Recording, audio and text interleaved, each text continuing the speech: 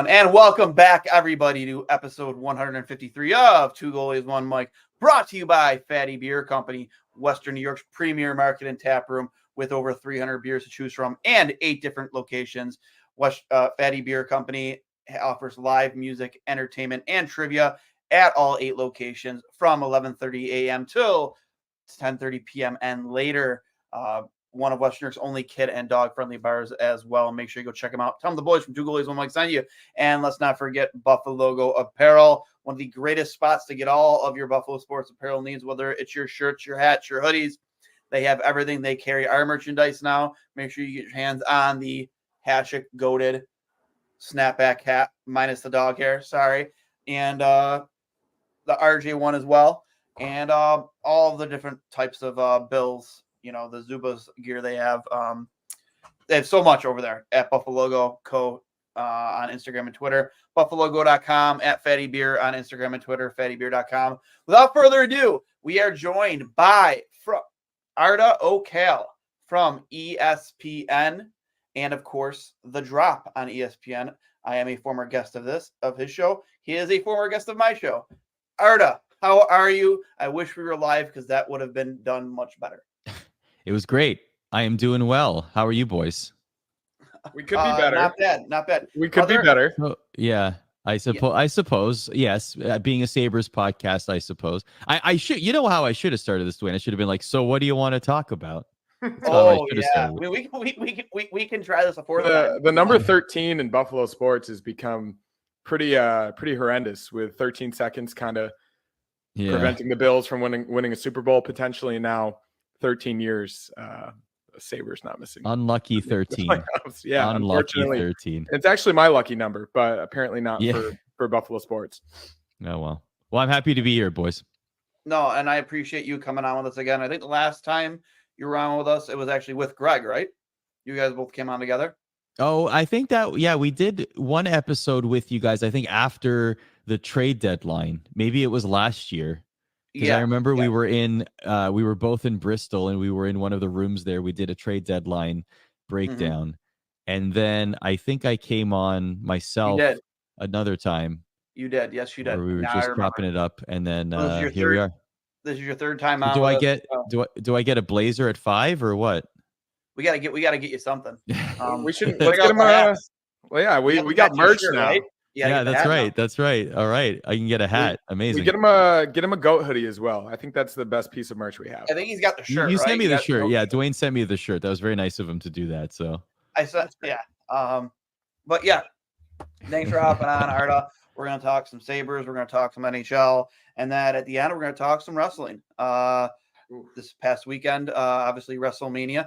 For those of you wondering why I sound a little funky, I bit the side of my tongue really hard. Oh, no. And it sounds like I have a lisp. Nope. I just bit my tongue really hard. So just get that out of the way for those of you who might wonder why I sound like this. But we're going to talk some Sabres, some NHL, and some WrestleMania, and hope a whole bunch of other stuff that doesn't involve the word S in it. Be great. Can't wait. Yeah. But Connor, before we went live, you kind of brought up the article. What was it, from ESPN by Rachel Dior on the Sabres prospect rankings. If you want to get into that with Arda, I'm actually pretty interested too, because I have not read it yet.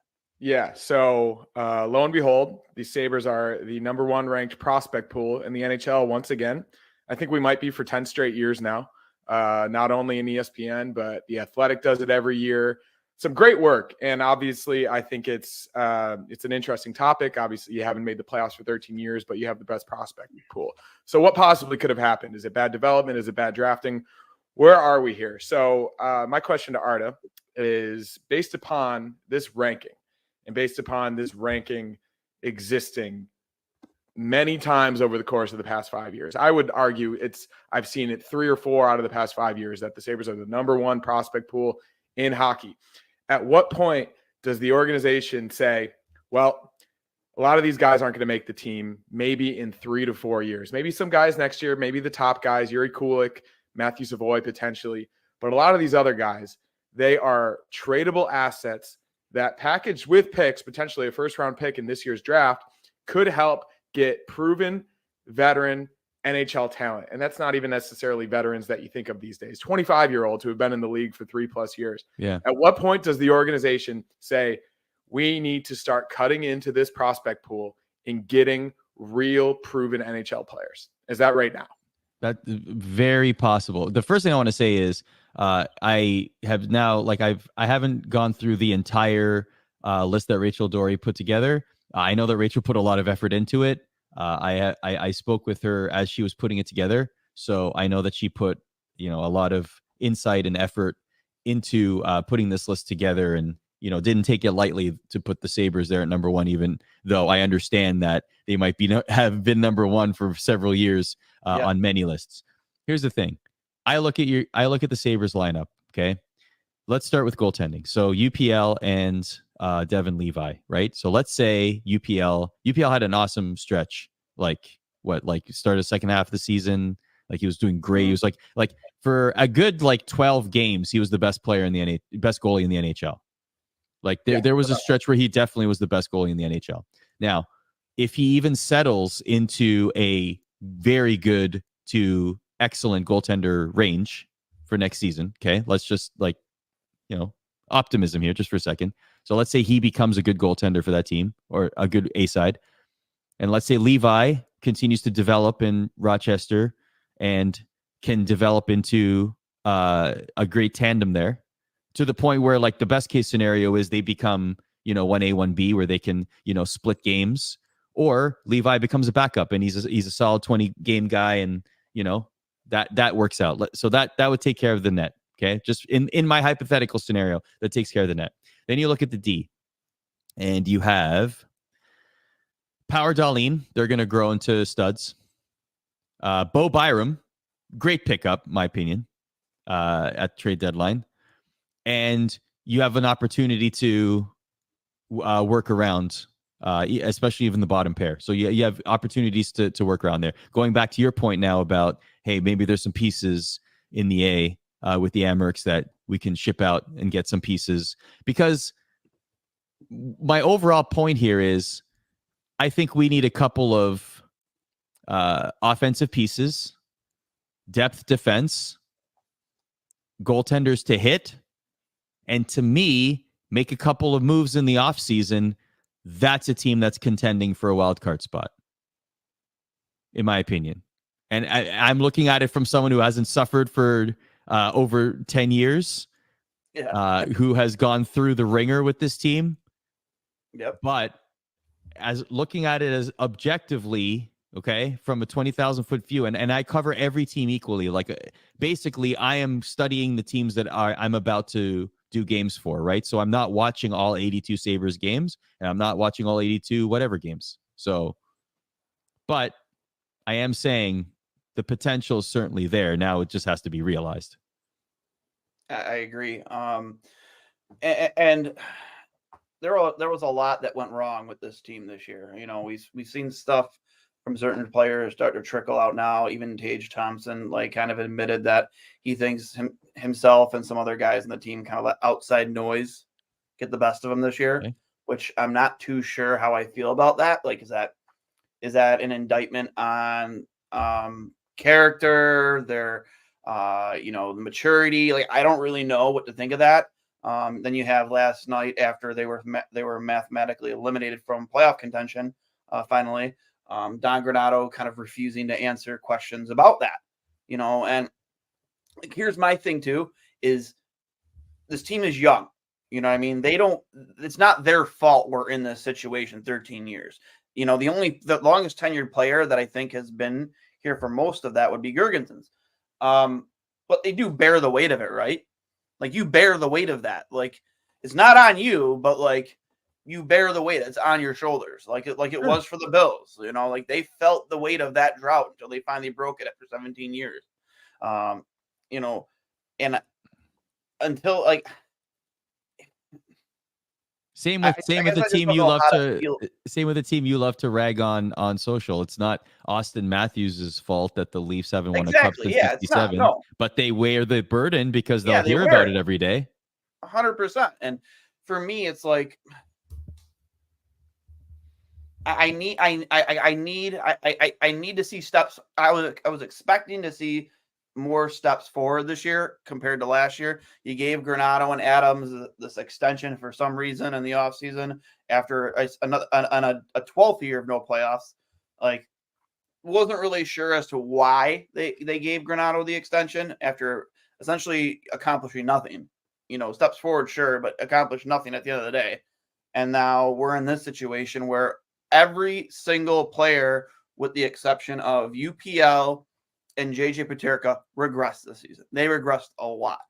I would say Dowling didn't, but Dowling, did you see Pete Blackburn's tweet about if the NHL were in a 3-2-1 point system? Yeah, they'd be a point out. The Sabres would be a point out because they have 31 regulation wins. And that's at least partially the reason I'm a little bit more optimistic than most right now. And based upon what you said as well, the players are there. The production wasn't necessarily there this season, but they finally got a good goaltending season. And the only times in the history of this franchise when they've been good is when Ryan Miller was there, when Dominik Hasek was there, and you go back to Don Edwards in the 70s and Grant Fuhr in the 90s and whatnot. But goaltending is obviously a huge deal. You don't need a top 5 goalie, but you need a very good one to really, really compete in this league. And they finally got that, but other factors were in play. The power play was 28th or worse the entire season. Their superstars from last season, 30, 40 goal scorers, Tage Thompson, Dylan Cousins, Alex Tuch, regressed marginally this entire year. And I do expect some positive regression next year because these players, at least in the second half of the season, have proven that they were either hurt or they just were in a slump to begin the year. So I am a little bit more optimistic than most. As you said earlier, we need some depth pieces on offense. We need to add to that bottom six, that middle six. What type of player, or if you have any names in mind, I'm sure people would be really interested based upon free agents or potential trades. Like, what type of player, who do you think would potentially be good for this team next season? Yeah, you definitely need like third, fourth line guys for sure, like goal scorers, like people that will put up numbers, even 20 goal guys, so they would be also, who, like, I'm not saying this guy, but like a Corey Perry type would be really good. Like someone with a lot of experience, maybe he's won a cup, knows what it takes to get there, like a lot of veteran presence. Like here's the thing, converse to that. Jeff Skinner set a record this year, right? He is the first NHL player in history to play 1,000 games in the NHL without playing a postseason game. And like when I hear that, I'm like, man, I want Jeff Skinner to win a Stanley Cup. Yeah, I really do. Like, can you imagine how many seasons is that? That's over 10 seasons. At least, like, what, 11, 12 seasons that you'd have to play full. 18. Right. Like, just think about, like, that is incredible. And a bulk of that has been with the, part of that has been with the Sabres, right? So I just want him to get to the playoffs. Right. Just imagine the weight that he's carrying on that, like as an athlete, like to see his peers and how many people he knows that have won the cup and he hasn't even played a single game in the postseason. Like, I think we need veteran experience, especially championship experience, would suit this team very, very well. And quite frankly, to your point about the outside noise, Duane, like there's a lot of young players. And also you have 2 number 1 overall picks on this team, recent number 1 overall picks. And that's going to bring a lot of noise with it.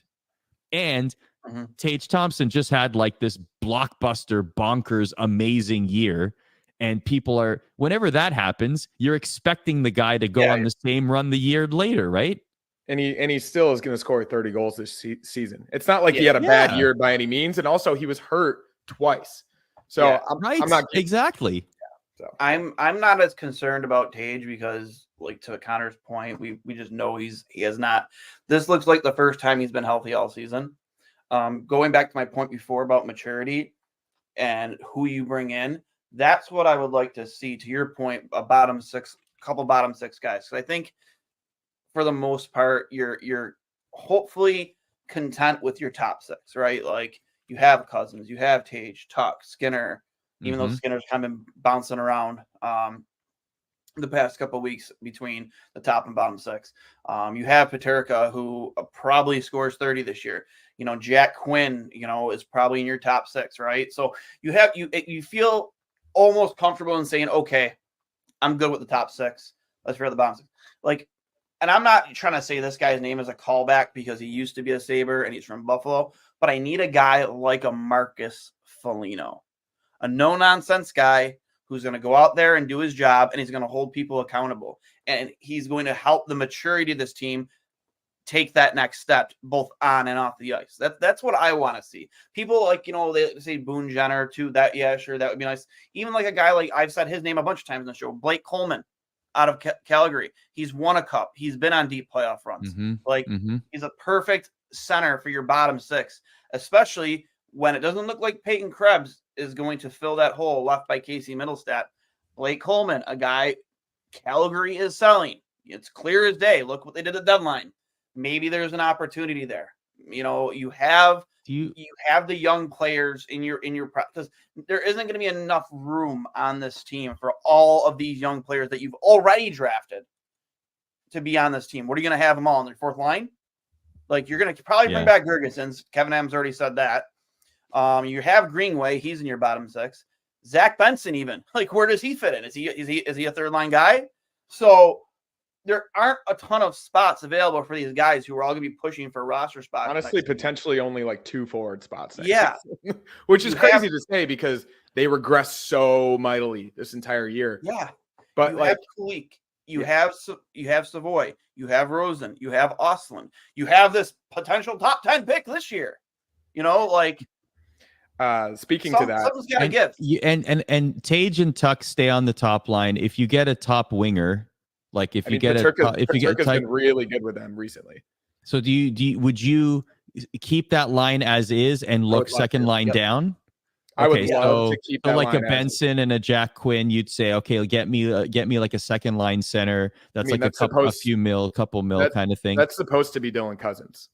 Yeah, but right now the way we're paying him like a second line center. So we paid him $7 million over the course of seven years to be that second line center after he scored 30 goals last year and after he produced 67, 68 points. Yes, I am not giving up on Dylan Cousins, but I think they're moving forward, assuming that he will be the second line center. And if you have the combination of Cousins, Quinn, and either Skinner or Benson on that second line, I think we'd all be pretty comfortable with that, right? Mm-hmm.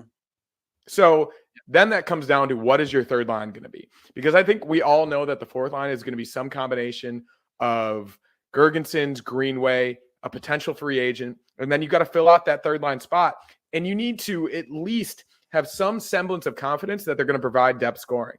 Because what this team has really, really struggled with recently is scoring from that bottom six, and they haven't had it in a really long time.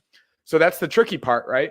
And to Duane's point, this has become a bit of a polarizing topic recently. Not necessarily polarizing, because I think everybody would agree.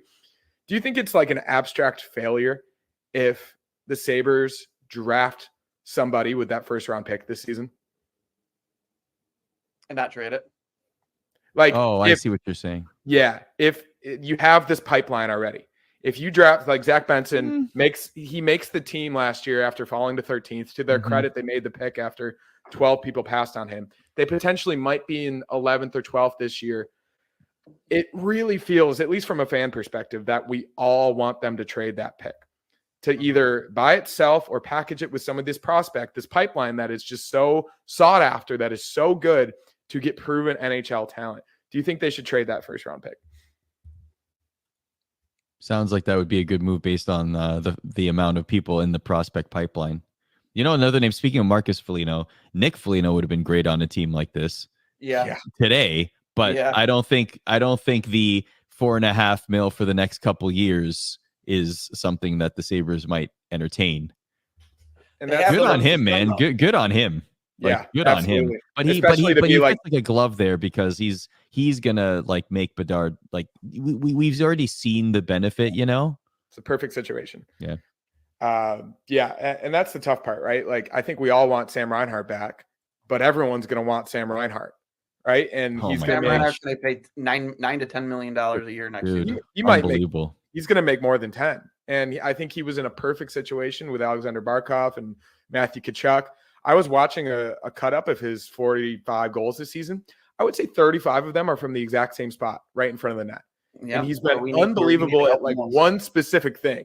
Obviously, he's good at deflecting pucks and getting rebounds. But I mean, they say the same thing about Zach Hyman, but honestly, like, you score 50 goals in the NHL, you're scoring 50 goals in the NHL. Exactly. And like, I mean, even when I don't even pay that any mind. Good on him. That he's got a specific. He's a Liam Neeson. He's got a specific set of skills.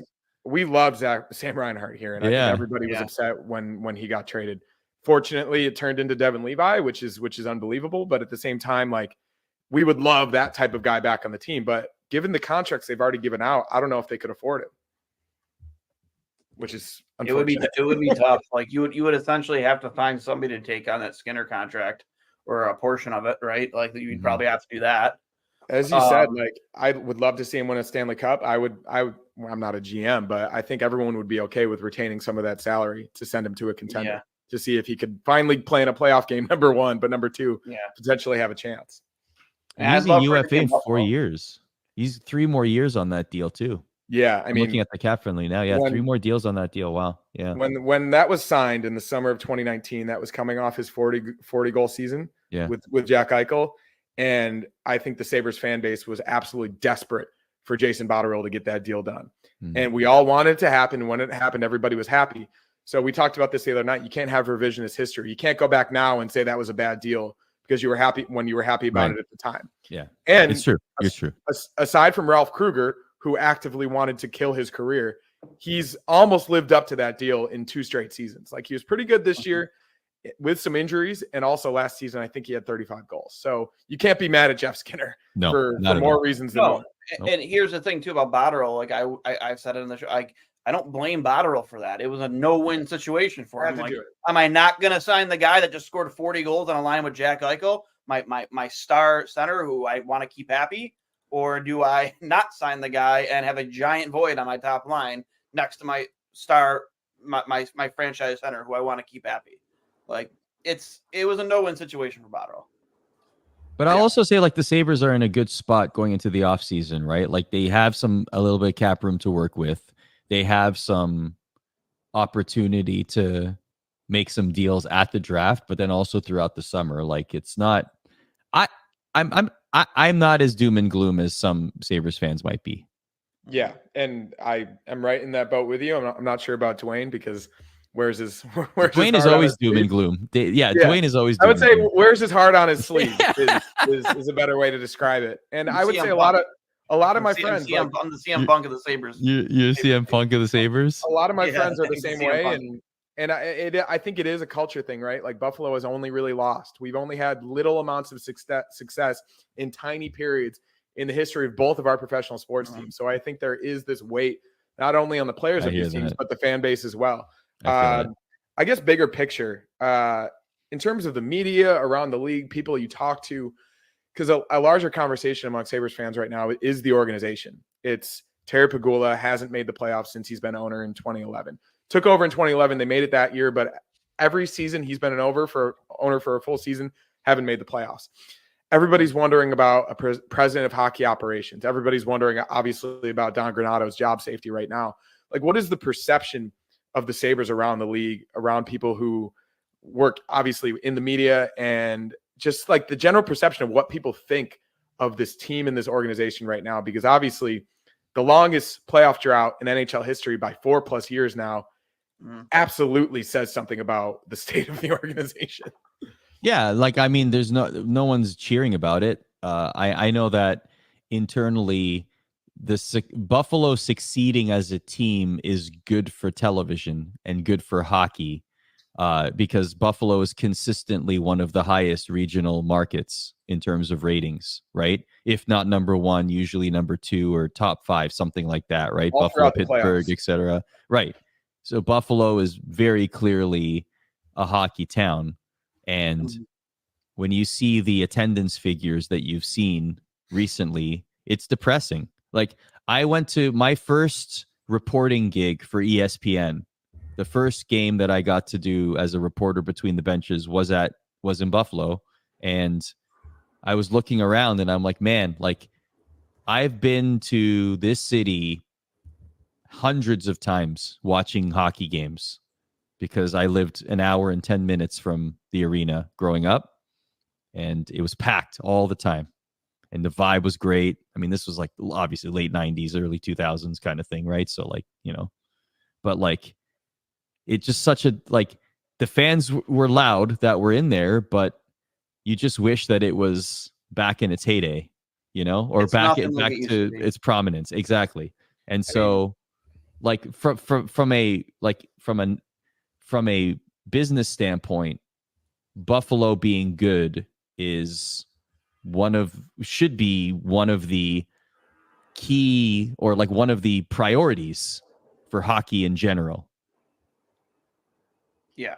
Clearly. I like back in the day, man, like that 05 to 07, and even a little bit after that, like you see people who do like the party in the plaza, a viewing party outside the game when it's sold out inside. Like that all started in Buffalo. Mm-hmm. That all started with 10,000 people outside of the then, was it for HSBC Arena? It was the HSBC Arena at the time. Yep. That all started here in Buffalo. I was in there. When I wasn't in the game, I was in the plaza. Me and my friends during the One Ottawa series in 05-06, we brought posters of like Heatley and Spezza and Alfredson into the crowds, and we set them on fire. and like surrounded by thousands of people. Like the amount of passion and emotion and just like just raw intensity in and outside that arena, unmatched to anything you've seen. Yeah. Probably since they had that 10-game winning streak. I mean, I will say I flew home for the home opener this year, the season opener technically, Mm-hmm. and it was a packed house. The energy going into that game and around the city before that game, given the end of last season, the expectations for the team this season, the passion is still there. You see it online, you see it in our circles, you see it in everybody you talk to, because it clearly is a hockey town. We both grew up playing hockey. It's right next to Toronto. There's a lot of Canadian influence. I don't think anyone thinks that the fans are the issue, but it really does feel like we're being bogged down a little bit by really, really horrible decisions within the organization. And we threw it out there when Lindy Ruff got fired by the Devils, like the concept of potentially bringing Lindy back. I've seen that. How do you guys feel about that? Everybody loves it. Let's go. Everybody really? loves it. Everyone wants Lindy back. Everybody. Well, I wouldn't say everybody. 75%. Okay, but that's still a substantial amount. Yeah. Yeah. And you're all in. I pitched. I'm CM Punk, right? I'm about filling the house. I'm about making money. Yeah. Lindy Ruff will make money.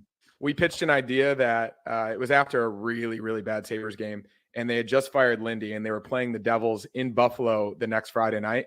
We pitched an idea on this podcast about bringing Lindy in for that game to beat the Devils potentially in a must-win game for them, and what that would have done, not only for the Sabres fan base and attendance and everything else, but just for the vibe of the team. Unfortunately, that did not happen. But by God, that's Lindy Ruff's music. Yeah, exactly. Behind the bench. Especially with how That's great. acrimonious his exit was. Like Devils fans wanted his head on a stake for some reason, despite having the worst goaltending in the league this season. But I think a large portion of the fan base does want Don Granato fired. That's cool. Now, that's cool. Which I love Donnie as a guy. I think he's been really good for the development of certain young players on this team. But I guess, what are your thoughts about the Sabres potentially having new leadership going into next season? Could very well happen. I mean, I'm not privy to any conversations, but I do feel like I'm sure they're thinking about it. I'm sure it's a possibility. But I'm telling you, I'm staying. I know I said this already. I'm staying steadfast that this is not a team that's in complete despair. I feel like it's a couple pieces, a couple of savvy moves in the offseason, and this team is at very least a wild card contending team. They just need the players to hit. And it starts with the goaltending, just like you said, Connor. It starts with the goaltending. UPL becomes the number one goalie, or like settles 1A, into a very good 1A, whatever. And Devin Levi hits and he gets promoted to the NHL, and either he's backup or 1B or whatever. They trade the net. Like, that's a great problem to have, man. Like, And that could very well happen. We've seen flashes of brilliance from Devin Levi, right? He's a young kid. Incredible, yeah. He's young. He's just got to mature, like that. That's to be expected from goaltenders. I've had Devin on this show like right before. It was the week leading into his decision to go back to Northeastern one more year. Okay. And the one thing I'll say about Dev is he is about as close as to from like a mental standpoint to like a Ryan Miller level goalie that you're gonna see, because the way he views the game, the way he talks about the game. If you ever get a chance to talk to him, Arda, just like honestly, like leaving all the Jedi stuff and the Star Wars stuff to the side, just like talk to him about the way he views the game. Like it's so reminiscent of the way Millsy used to talk about the game. That's awesome. And that's what makes me so excited for him, is just like, he's going to be a go-to interview after games. Like, how often is it the goaltender? You know what I mean? You have Tage Thompson on the team, Alex Tuck, Darlene. Like, back in the day, it wasn't Briere they were going to. It wasn't Drew. They were going to Ryan Miller, because Ryan Miller had some fantastic insight, and I get the same vibes from Devin. One other thing too. I will say that when we had Devin Levi on the show, we talked about hockey for like 3 minutes, and then we did like a 20-minute Star Wars rip. So I did the opposite. And that was the greatest interview ever. I'm not a Star Wars fan, but like that was so entertaining. He was so stacked to talk about. It was amazing. I loved it. Yeah, dude. People say that goalies are weird, and I think he's got some an quirks. Interesting cat. He's got some quirks here and there, especially like the TV timeout when he's meditating on the ice. Like, the kid is unique, but like I think we all know, like, you need that a little bit. You need that we're both goalies here, obviously. And like, you need that craziness. You need that little awkwardness to be successful in that position. After they made the Middlestat trade, Arda, you messaged me like right away, and we talked about it, and you were extremely pumped for us as a fan base to get a guy like Bowen Byram. And yes, I'll plead a little ignorance here. I knew who Bowen Byram was. I knew he was a top 10 pick, top 10 defenseman. I had to look into it a little bit more to learn about Bowen Byram, and I started to agree with the things you sent me. Like, I love everything about this kid. I think he's being misused right now with Yoki Haru. I thought that he looked phenomenal playing alongside Darlene. I guess I kind of understand why they're doing what they're doing, why they broke him up after only a handful of games. But like, I am so excited about the potential of Bowen Byram being like a top pairing defenseman for us going forward, because this guy has it all. He really does. He brings a physical side that we don't have. Like I even said on the show, like, he has a little bit of like a Chris Pronger in him, not like, to the same level, but like if you're in front of his goalie, he's not going to sit there and let you stand there. He's going to cross check. He's going to hack you in the shins. He's going to hack you in the ankles. Yeah. Like, we don't have a guy like that. Connor Clifton maybe here and there, but like, we don't have a guy that does that consistently and can also headman the puck and make plays and score and, just be the smartest guy on the ice. Sometimes he keeps things simple. And, Connor has called him Darlene Light, with how he handles the puck, how he handles pressure. He doesn't cave under pressure. He keeps things simple. Yes. I love watching him. I just want you to elaborate more on your thoughts on the Bowen Byram trade and, what more so we can look forward to with him. Well, that was the big thing when he was with Colorado. He had a couple of different pairings, and he just seemed to excel in those situations, right? Like, obviously it's Makar and Taves, and, Byram was in and around, but he just seemed to complement his defense pairings really well. And like you said, he was really, really pesky in front of the net, defending and protecting his goalie and just making it difficult for players in front trying to screen or pick up rebounds or loose pucks or whatever. Byram was always there, and he was always responsible in his own end with the puck too, not being too fancy. He always seemed to do the right thing. Hockey IQ was high, and that's good for a defenseman who's young, right? Like, he's only like 22 years old. He already has a Stanley Cup. He played with superstars in the league, knows what it takes to win.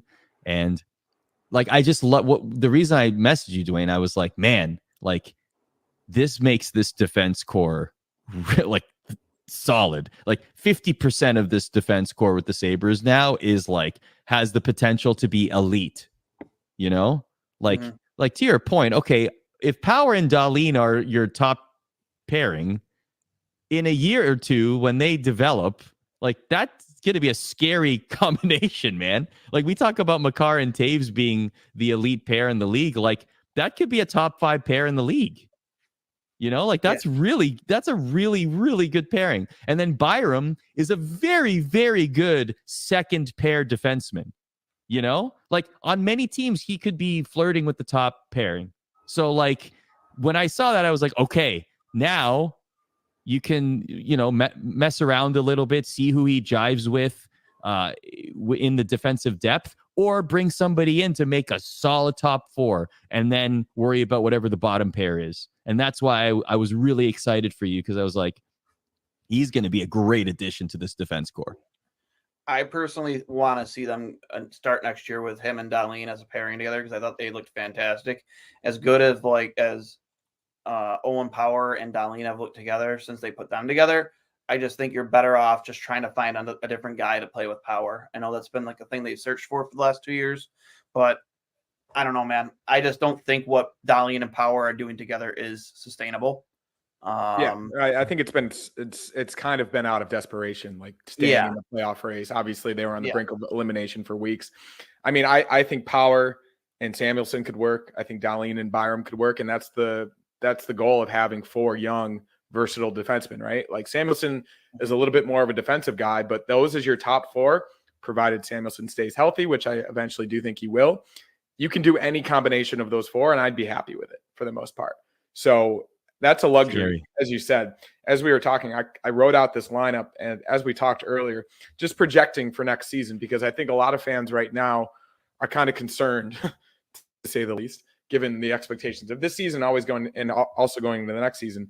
But just to like say it out loud and then also know where these potential spots to improve the lineup are going to be, I think is helpful. So you have Peterka, Tage, and Tuck, which I think we've seen over the past month has been a really good line, and that is a legitimate top line in this league, provided Tage and Tuck are healthy. You have potentially Skinner, Cousins, and Quinn, which I would be happy with in terms of the combination of speed, goal scoring, playmaking ability throughout that second line. I don't think that's a bad second line. Then you have potentially Krebs as your center, Benson, and a UFA on that third line. We all don't necessarily know if Krebs is going to be that third line center. I think him with better line mates this season, he has shown sparks that he potentially could get to that level.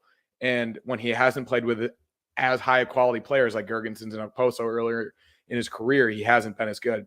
Then you have Greenway, Girgensons, and potentially another UFA on that fourth line. Like there are potential, like we said, 2-3 spots in this lineup that they either could trade picks or prospects this summer or sign UFAs to go out and improve this team tangibly. And I guess like everybody's very frustrated because Kevin Adams didn't do that last season. And I think everybody can at least put some of the blame on him for only signing Eric Johnson and Connor Clifton to be your third pairing defense partner this offseason. But I'm at least optimistic that like he's not going to have a job if he doesn't do these things this summer. Like maybe the guys you sign or the guys you trade for don't hit, but this roster is going to have some significant turnover. And like you said, Arda, like I don't think we're that far off. I really don't. No, not as far as some people might think. Definitely not. Especially when you lay it out like that. Like, first of all, the fact that your top 2 lines are good, you know, like that you're like, yep, I'd be happy with these top 2 lines. That's not easy. That's not easy, man. Like obviously depth wins championships. Like it'll put you over the hump, and you know those are the decisions that you make. But you still got, I'm and then thrilled. even on D, like you talk about those top 4, then you have potentially Yoki Haru and what can I ask, like, so Power and Dahlin specifically for you guys that watch every game, what didn't work with them? Like, well, I personally think they're pretty good together. They've only really played together the past few weeks, and they're just trying it out. They're both a little bit too offensively minded, it seems like. Okay. And I would say that's the risk with Byram. I personally think Dahlin is an all-around top 5 defenseman in the league. Maybe I'm a little bit biased, but I think a lot of objective NHL fans would say that about him as well. He's awesome. So you could put him with Power or Byram and get a little bit of both, right? He scored 20 goals this season. He's going to have 60-plus points. But I also think he's way more responsible in his own end than he was to begin his career. He was 18 years old. Of course, he wasn't going to be that good defensively. And same with Owen Power. Like, I think everybody wants him to be a little bit more physical, right? He's this 6'5", 220-pound kid, but he's a kid. He's 20 years old. He just turned 20, and he signed an $8 million contract. I'm not worried about Owen Power. So if you have those two guys in your top four, you can be a little bit versatile, right? And then that leads you to your third pairing. And if you stick with Yoki Haru or not, you sign Connor Clifton to a 2-year deal. You potentially can bring in another guy. We've talked a lot about a guy like Brent Pesce. I don't know if Carolina can retain him. We've talked a lot about Rasmus Anderson on the Flames if they are actively selling people. If you can get a guy, a right-handed shot like him. You need a right-handed shot because right now you only have Yoki Haru and Clifton, and you have 4 left-handed shots in your top 4. So another opportunity to go out and get a proven NHL defenseman to make your defensive core at least a little bit better. So we'll see. But like that's easier. He's a stud. That's easier said than done. I think with to piggyback off Connor's point too, it's not that like Dahlin and Power aren't good. They are. I just think that Byram is just a little bit more polished defensively than Power right now.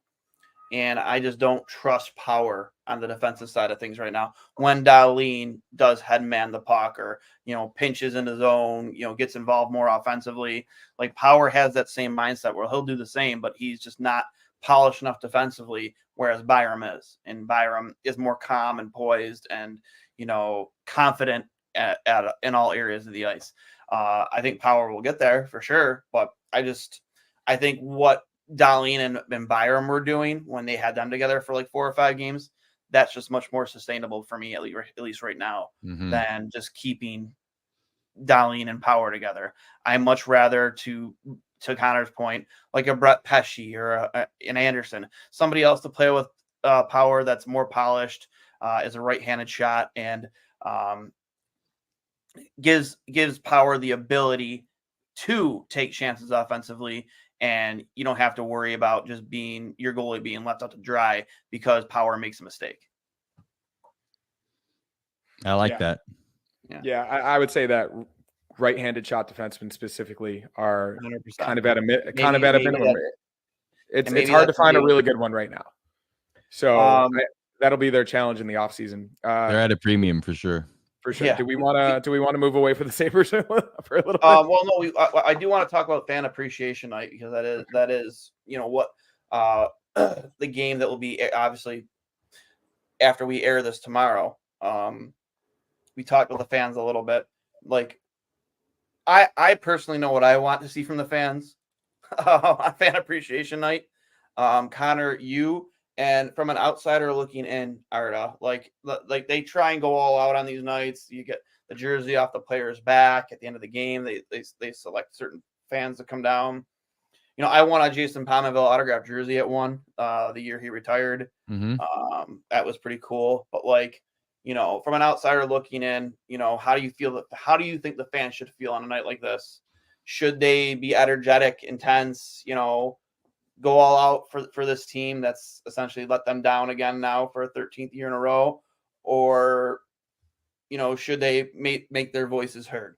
Maybe not to the extent of throwing a jersey on the ice the way it happened in Philly when they got, boat raced by Montreal last night. But just from the outside looking in, how you think fans should, feel and react on a night like that. I mean, look, if you're paying money to go to an arena, you can react however you want.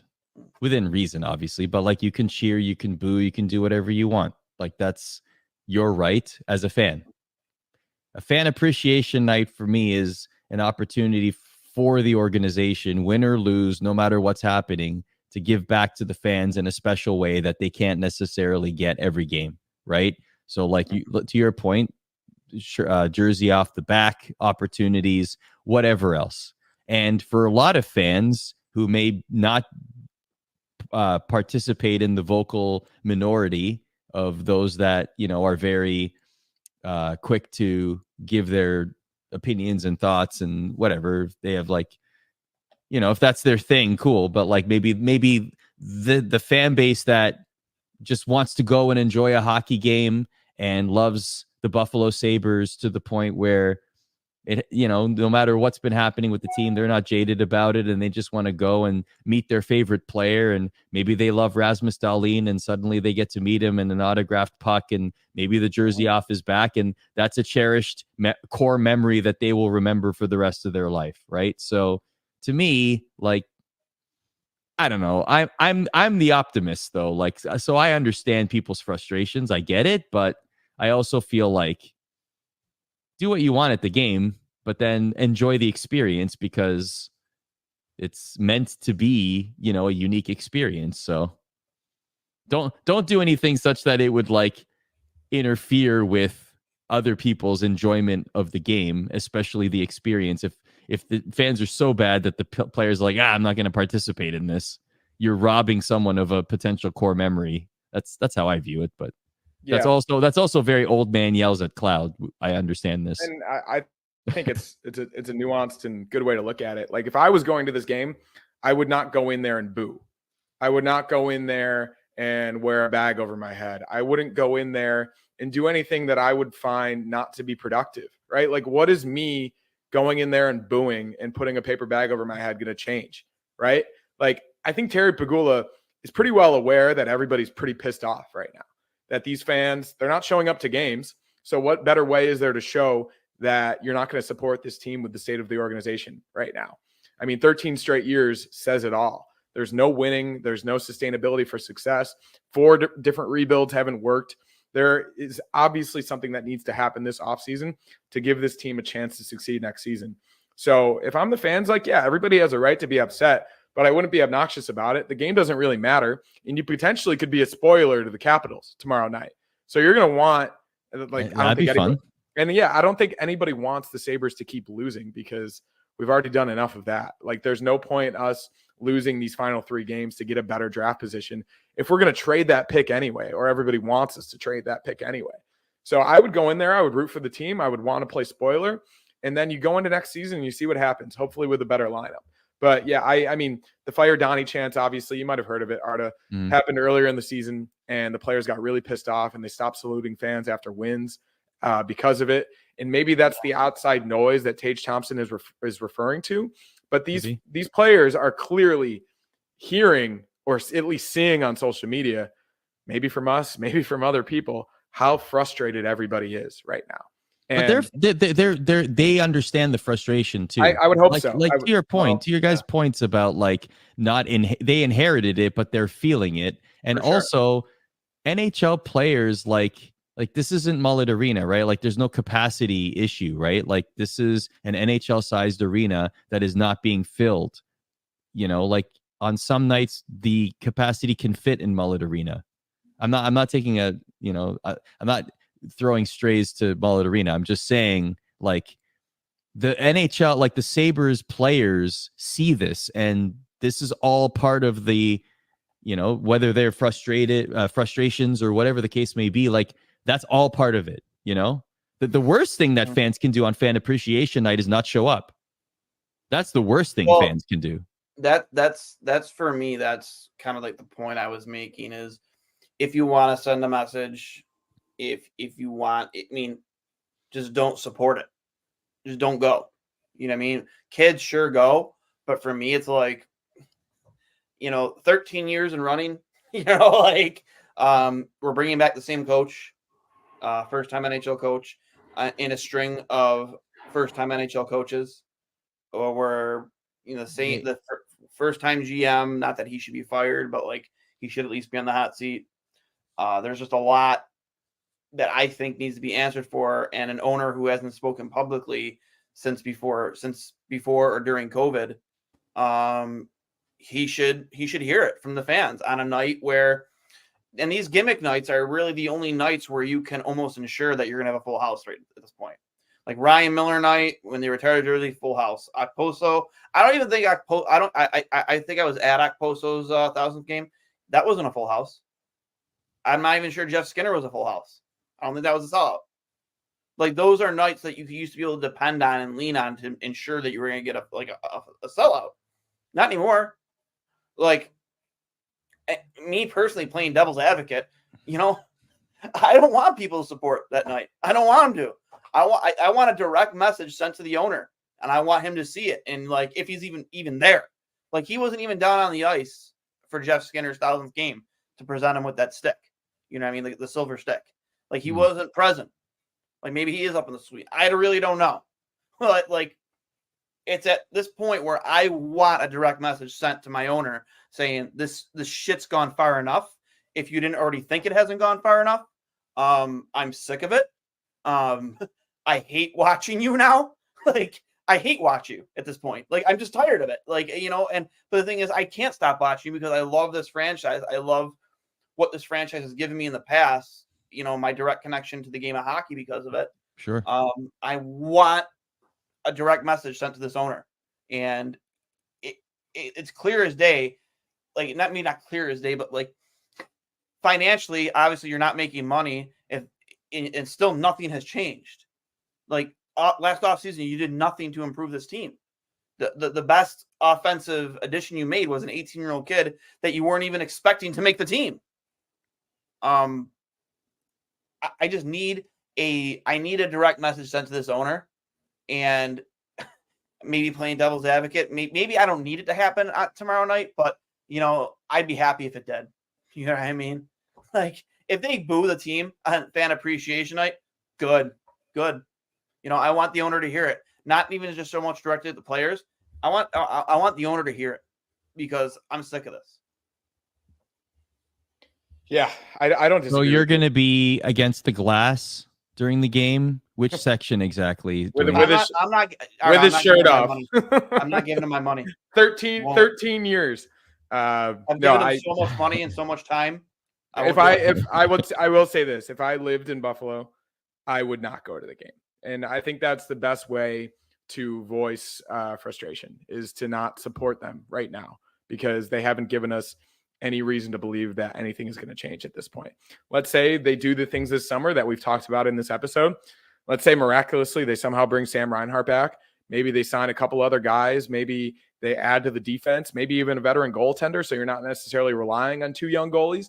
They do things to tangibly make it a better situation for them to succeed next season. I think you might have another full house for the home opener next year.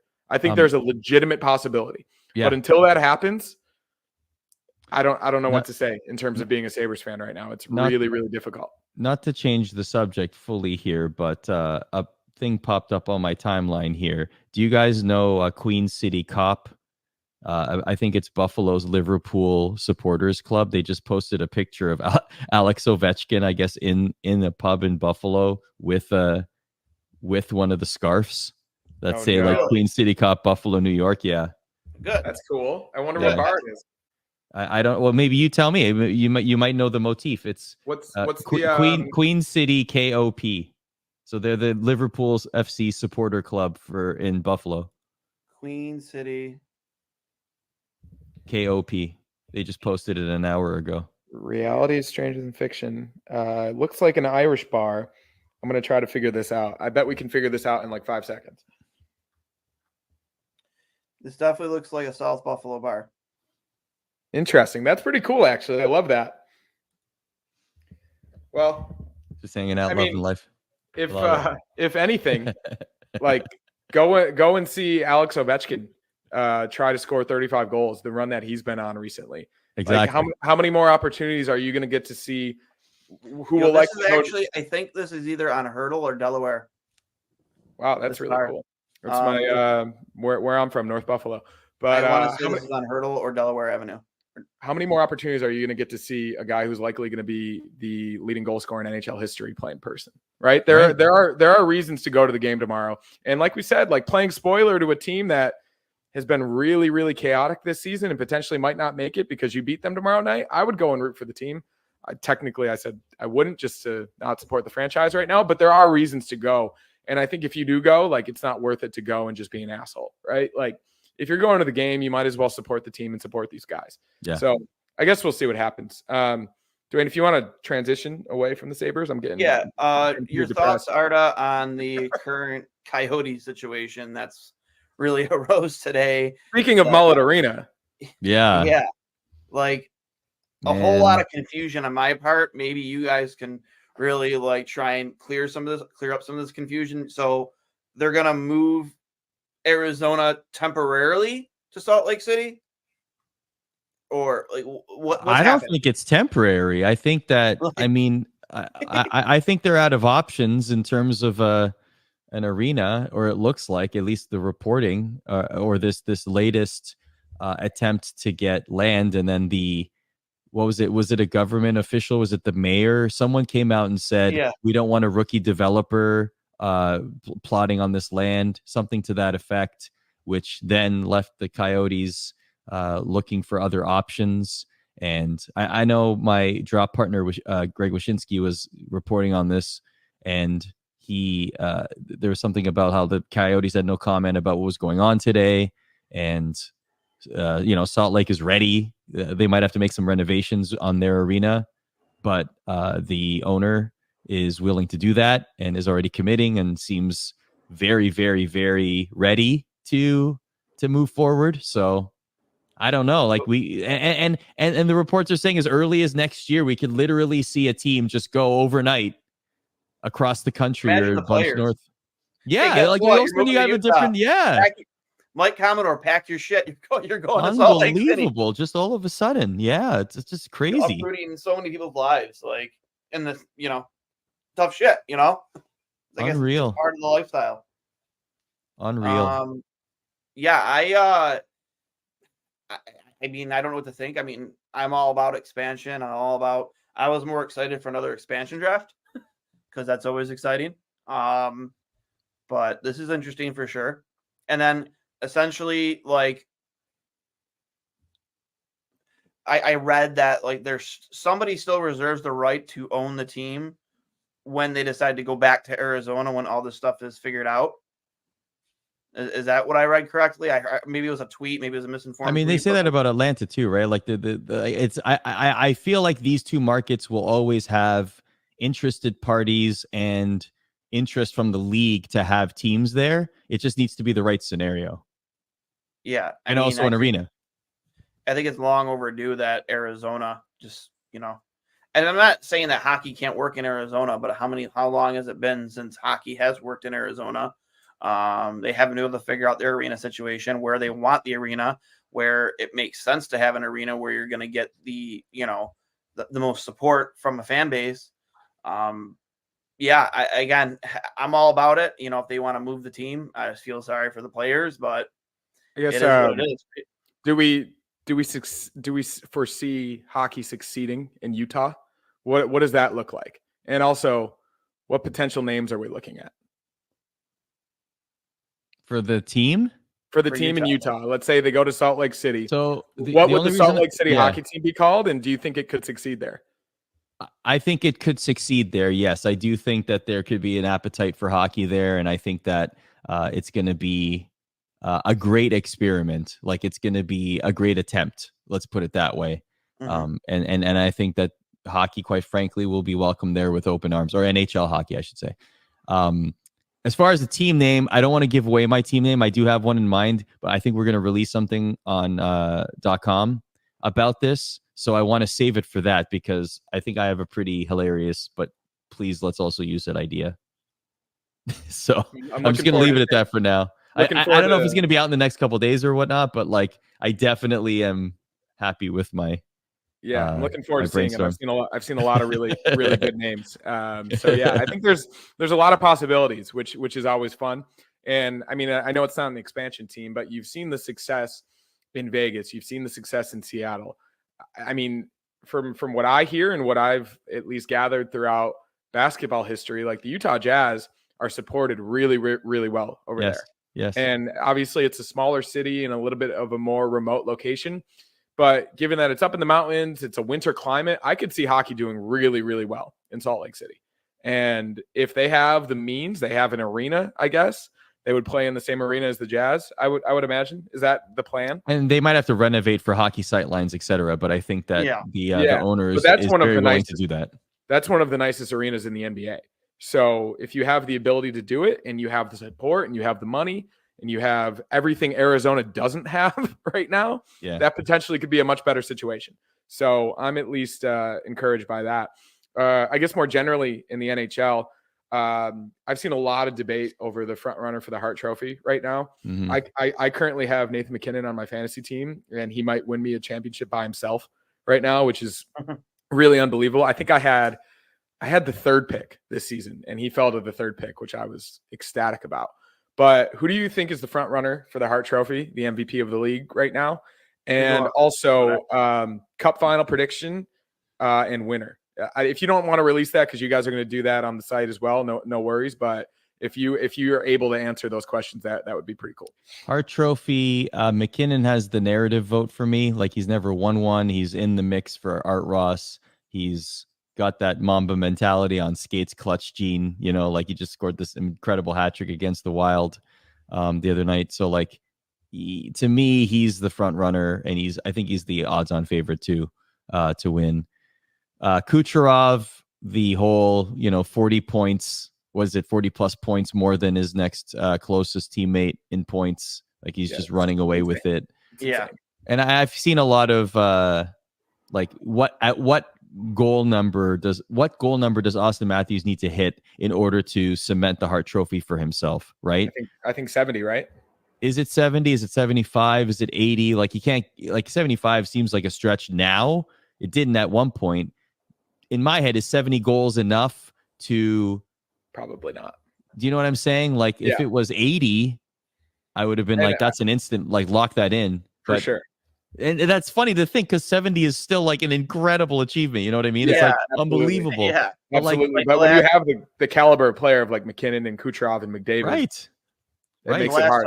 Last guys to score 70 were what? Mogilny and Solani, right? Solani in 93. Yeah, exactly. Yeah. But then the definition of the Hart Trophy, go back to the whole like Taylor Hall thing with the Devils, right? Like, where he beat MacKinnon that year for the Hart Trophy. Well, if the Penguins make the playoffs, like, isn't that Sidney Crosby? Like, shouldn't he be getting at least some votes or consideration? He should get some love, I think, for sure, because without him, he's literally carrying the Penguins, keeping them in this conversation. That's the same discussion for Nikita Kucherov, right? If they didn't have him, So maybe by that virtue, Kucherov is the winner simply because he has the playoff, like, for most valuable for his team / Art Ross. He's got the dual threat. I do believe that MacKinnon is involved in all of those discussions, though, right? He's a dominant player. He's a dominant player. He is producing at this insane level. And also, if the Avalanche didn't have Nathan MacKinnon, where would they be? So I want to say this too. We've been talking about this for about 5 minutes.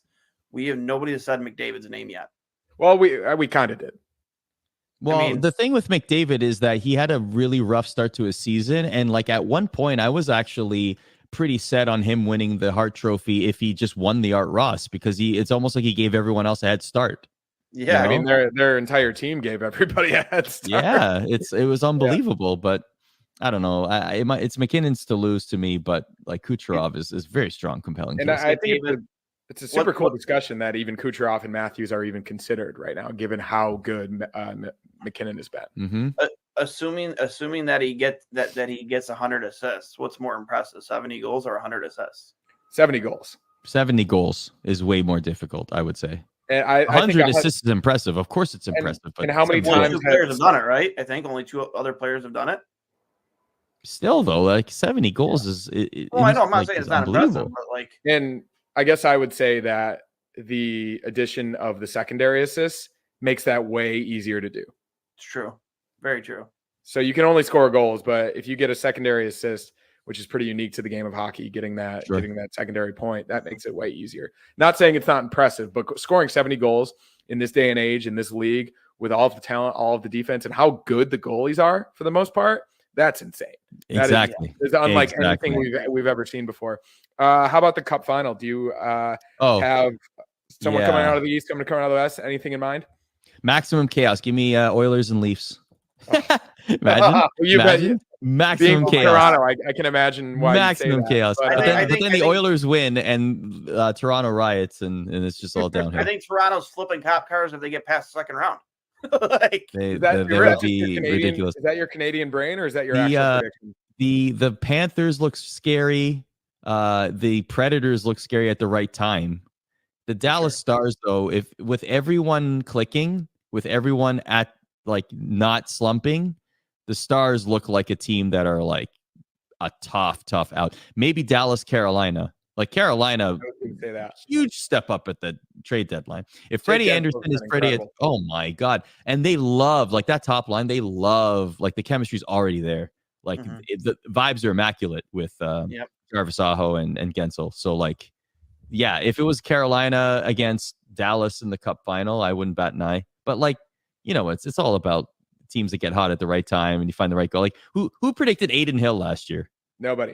It's all about when your goalie gets hot, right? Like Aiden Hill. Exactly. Like it was out of nowhere. Exactly. Yeah. I think the tough thing for Dallas is that they're likely going to face one of Edmonton or potentially even Vegas in the first round. And I don't think anybody wants to see Vegas in the first round, given Mark Stone's going to come back off the LTIR. They picked up a lot of guys at the deadline. Did they pick up Hannafin at the deadline? They did. They do this every season. So I think nobody wants to see Vegas in the first round. And as good as Ottinger has been recently, I think he's probably, aside from Hellebuck, the top goalie that is going to be in the playoffs this season. Maybe you put Shesterkin in there. Maybe you put, obviously, Vasilevsky and Saros. But it's going to be tough, whoever they play in that first round. And if they can get past that, I do believe that they could get to the Cup. But I can't even predict right now based upon how tough that Western Conference is going to be. Yeah. Now for the part that my co-host probably has zero interest in. Hey, I've gotten into wrestling a little more recently. I've at least ingratiated myself. We had WrestleMania segments on the show this week. I know the whole Cody Rhodes thing, and the biggest comparison that I saw online to Cody Rhodes finishing the story is Josh Allen finally beating Patrick Mahomes and potentially winning a Super Bowl, or for the city of Buffalo to potentially finish the story, given the 4 straight Super Bowl losses, given not winning ever. And the same could be said for the Sabres. The Bills actually is a good one, right? Because like Dusty Rhodes never won the WWE title, right? So like the 90s Bills never won the Super Bowl. And then if this team wins, then they finish the story. There like you go. somebody did one of those things like him holding the belt. Please explain this in NFL terms. And it was Josh Allen getting past Mahomes and winning the Super Bowl for the city of Buffalo. And I am all about that. So I'm all in on Cody Rhodes. Let me tell you about hard times, Ric Flair. I don't know the reference. Let me tell you about hard times, it's his dad. Okay, here. My quick thoughts on WrestleMania. I thought it was very well booked. I thought that it was a lot of fun. I didn't watch every match, but the 2 main events were great. I'm very happy Cody and Roman get the distinction of being the first 2 wrestlers to main event both nights of a WrestleMania. Yep.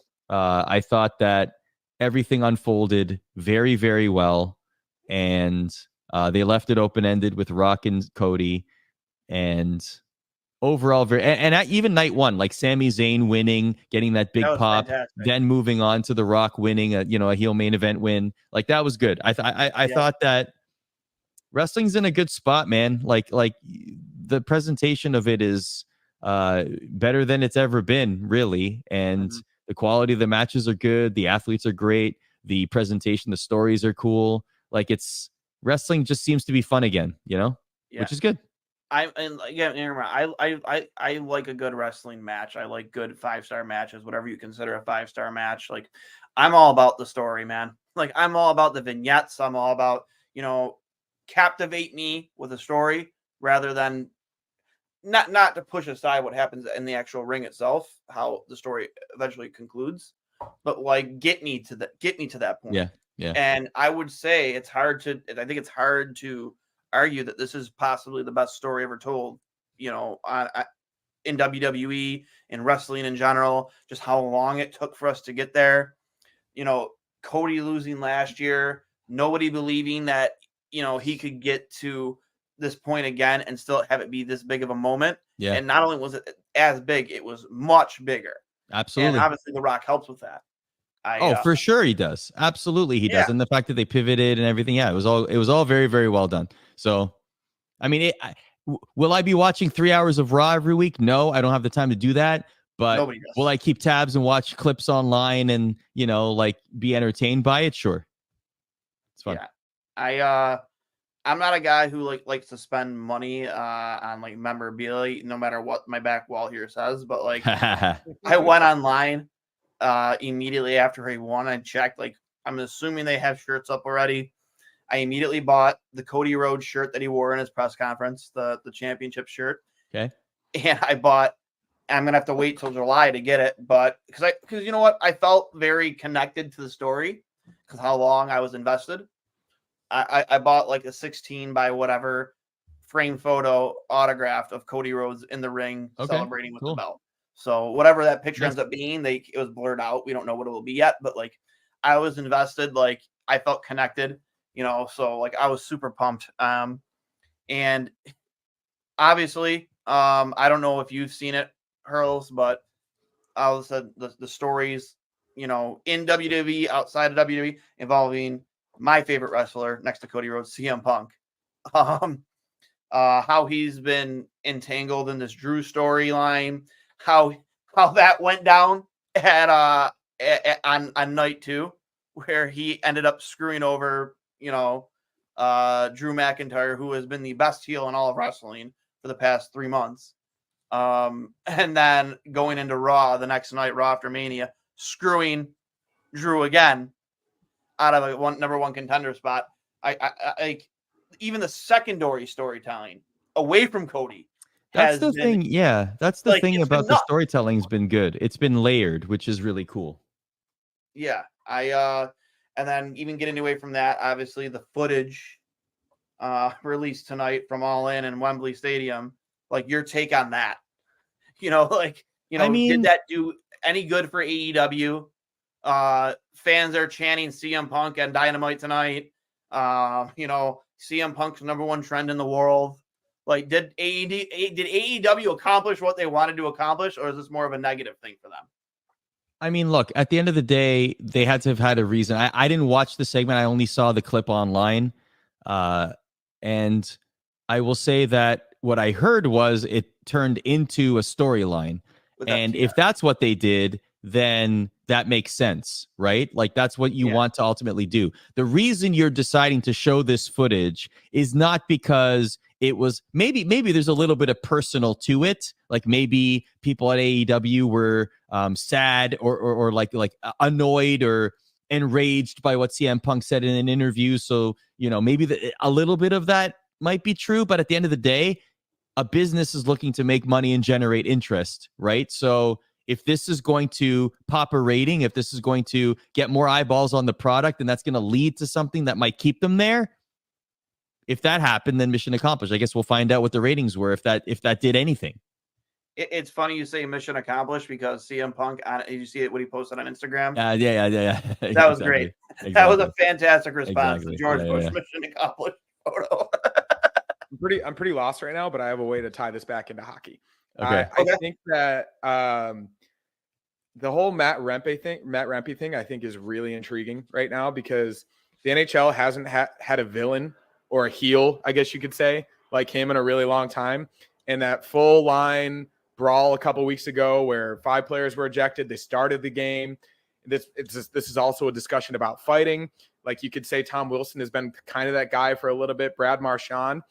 Does the NHL need more wrestling type storylines? Yes. Do they need more heels? Do they need more of the Caitlin Clark, Angel Reese? Yes. Which sparked the women's NCAA final getting 4 million more viewers than the men's NCAA final for the first time ever. Does hockey need more of this? And how do you think they could play that up to the point where not only hockey fans would be interested, but casual hockey fans, casual sports fans, wrestling fans? What could they do to really, really play up the fact that this sport is so unique in so many different ways? Matt Rempe dropped the gloves within a second of his NHL debut, which was on a giant outdoor game, made a name for himself, got attention and eyeballs. He gets cheered whenever he gets on the ice at MSG. It's like a legend. They're treating him like a rock star, and they should, because he's someone that has resonated with them, and that fan base loves him. And when he touches the puck, he gets cheered. When he goes off of the ice, he gets applause. And he's eating it up. He's loving it. He's throwing posts online. He's, enjoying every second. So for me, that's nothing but positive for hockey. The thing is, though, it's going to wear off after a while, and he's going to have to play, right? Like, he's going to need to be a contributor other than just being a fighter in today's NHL. So that's going to have to be proven so that he can maintain a spot on the Rangers, for example. But, last point from me, as we wind down, is just like, I think, to your point, Connor, I think we absolutely could use more storylines like that. Yeah, appreciate you coming on, Arda. I know we kept you on probably a little longer than anticipated, but you're a passionate guy. We're passionate guys, and it's hard to jump on with you guys. Huh? Always happy to jump on with you guys. Oh yeah, it's hard to put constraints on a conversation sometimes when you're having this much fun. That's for sure. Exactly. Thanks again for coming on with us, Arda. Appreciate your time. Everybody, this has been episode 153 of Two Goalies, One Mic, brought to you by Fatty Beer Company and Buffalo Go Apparel. Make sure you go check them out at Fatty Beer on Instagram and Twitter, at Buffalo Go Co on Instagram and Twitter, fattybeer.com, buffalogo.com. I am Duane for Connor Hurls, all the way from California. We will talk to you guys probably later tonight after the Sabres take on the Washington Capitals. See you then.